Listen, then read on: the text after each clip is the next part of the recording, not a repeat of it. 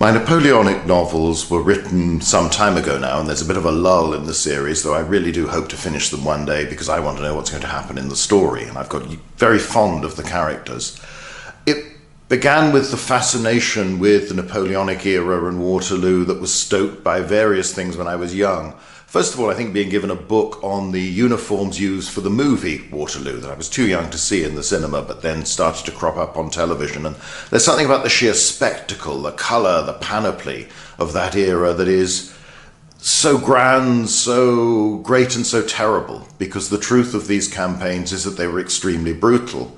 And that led me on through, my brother read Sharpe's Eagle when it came out, passed this on to me and said, oh, this is good, I think you'll enjoy it. So I got hooked on Bernard Cornwell's Sharpe stories that I loved and still love, and that led me to the local library where I found the Letters of Private Wheeler, other non-fiction books, reminiscences, memoirs, letters from the period. There's a wealth of information about the lives of particularly the British soldiers in the Peninsular War and the Waterloo campaign, and to some extent the soldiers of other armies in the other campaigns of this era, that makes it very human, very immediate. You have the sort of detail that you would love as an ancient historian to have for Roman soldiers and their campaigns. What they thought, what made them laugh, what they ate on campaign, the little improvisations that made life tolerable, the unpleasantness of the service and of the rigours of campaign that could make it extremely harsh at times, the brutality, the horror of battle itself, and the exaltation.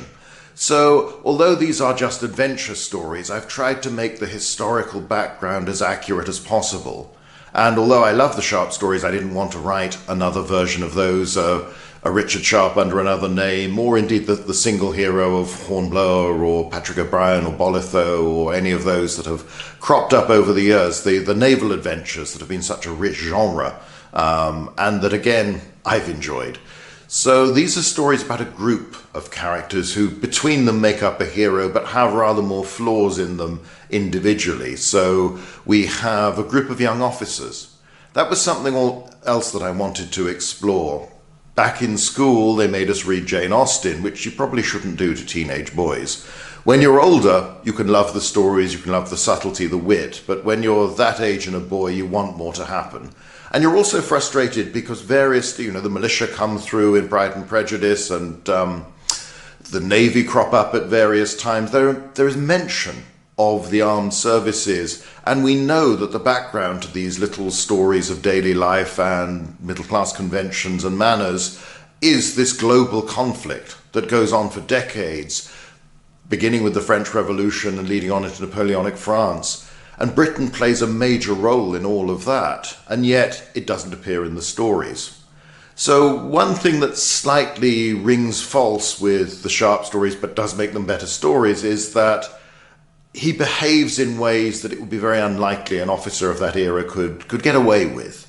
You can't go around punching fellow officers without being challenged to a duel, without probably being cashiered.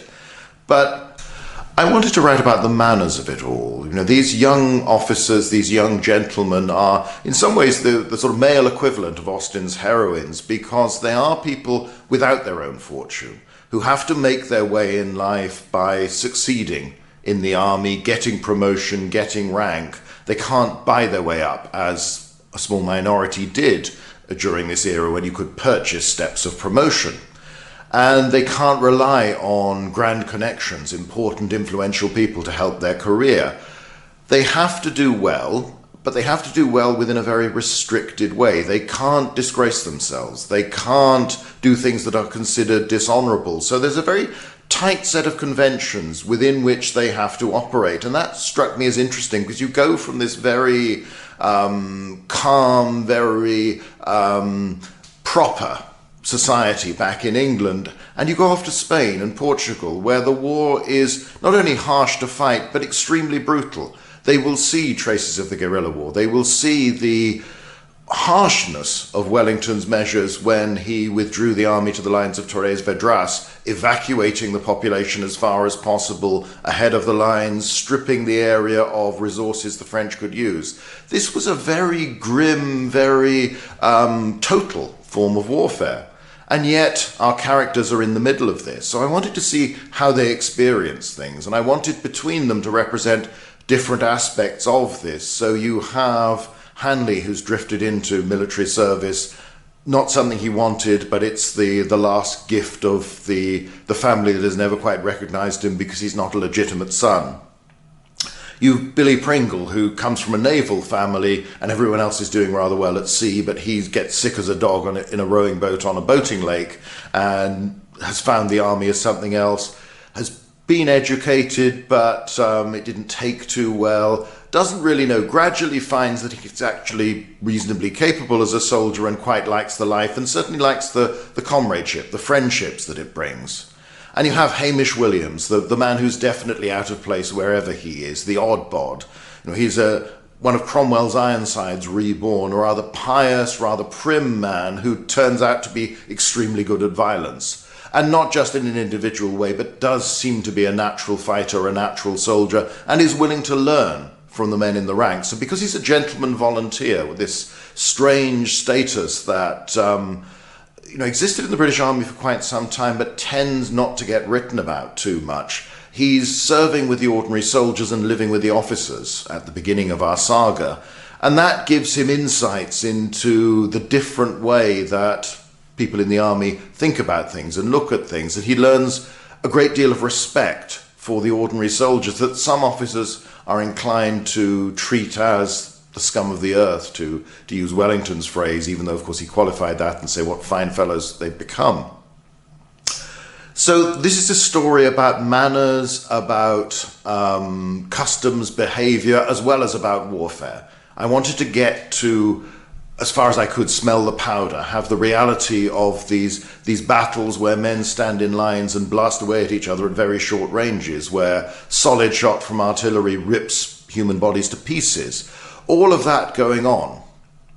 And my characters are in the middle of this. In every case, all the major actions in each book are based around the real actions of a particular unit at that battle or that large skirmish.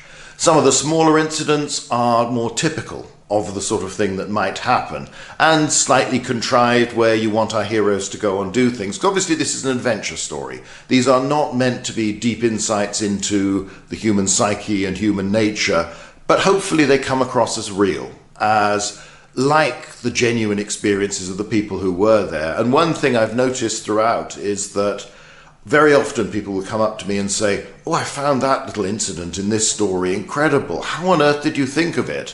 And I have to tell them, well, I didn't dream it up. That really happened to somebody on the day or very soon afterwards. Sometimes I've lifted incidents from other operations, other campaigns and moved them. But most of it actually happened to somebody at the time, and I've simply made it happen to one of my characters. So it's always the case that the truth produces things far better than anything you could invent. So the old adage that truth is stranger than fiction proves very often to be the case. So I've got the element of adventure. This is a military adventure. They're going to war, they're going to experience that war. We want to learn about the campaigns, we want to understand them through the eyes of our characters, but sometimes we glimpse the higher strategy. And as Hanley develops as more of an exploring officer, an intelligence officer, even though he's not a natural soldier, he'll allow us to see the bigger picture, what's going on, why the army is in this place, what it's trying to do, what the enemy, the French, are trying to do to them. So there's that, but I also thought, well, I need to pay respect to Austen. So we have a few of her characters. Obviously, Wickham features fairly heavily in the story. I didn't feel that he was strong enough as a character to make him the Flashman equivalent, the hero or the anti-hero around whom you can base all these adventures. But it was nice to have him there using the excuse that at the end of Pride and Prejudice they buy a commission for him and send him into the regulars rather than the militia, as much as anything to get rid of him. So Wickham appears, Lydia Wickham appears, Colonel Fitzwilliam, one of those poor folk that I always rather took to in the novel and felt deserved more time, features in the story on several occasions, comes to command our fictional battalion. Tilney appears in one of the stories as well. So we have these glimpses of Austen's world. That's a little homage, really, to a far greater author than myself, but also I want something of that world. So we have the elements of romance. Again, the importance of a good marriage was just as great for men of this social class as it was for women. So you're looking to marry well, and that doesn't necessarily mean for love. It means that you're looking for someone who will benefit you financially or benefit your career. And we have one of the stranger aspects that was reinforced when I went and did the research for these books in more detail. I'd always read about this era as just for hobby, because it fascinates me. The prominence of women on campaign. We know a little bit about the camp followers, the wives, the partners, the children of the ordinary soldiers.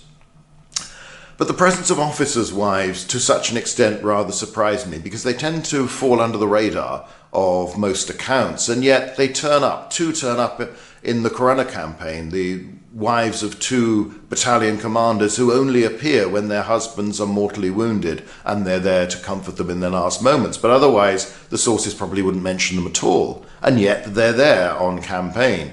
So I introduced MacAndrews was a fun character to write, and then Mrs. MacAndrews, his wife. The two of them together are just a lot of fun, and then Jane, the love interest, particularly for Hamish Williams and for a few of the others at various times, the spectacular young daughter. Perhaps that's pushing things rather a little farther. I don't think people would take their unmarried daughter on campaign with them unless they couldn't avoid it. They'd certainly take people like that to garrison, even in areas that were close to war zones, and certainly into the quieter provinces. You know, when regiments go to Canada or India, quite a lot of the families would go with them, particularly to Canada.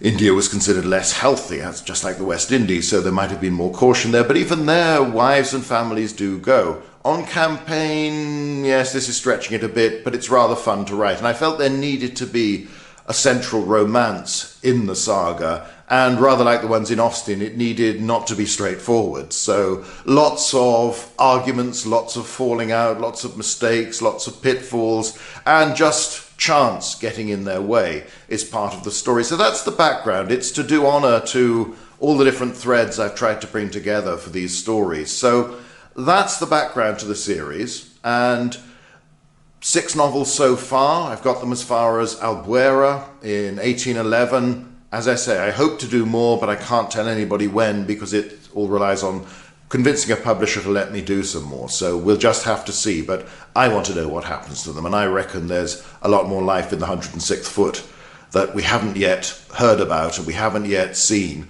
and I want to write those stories.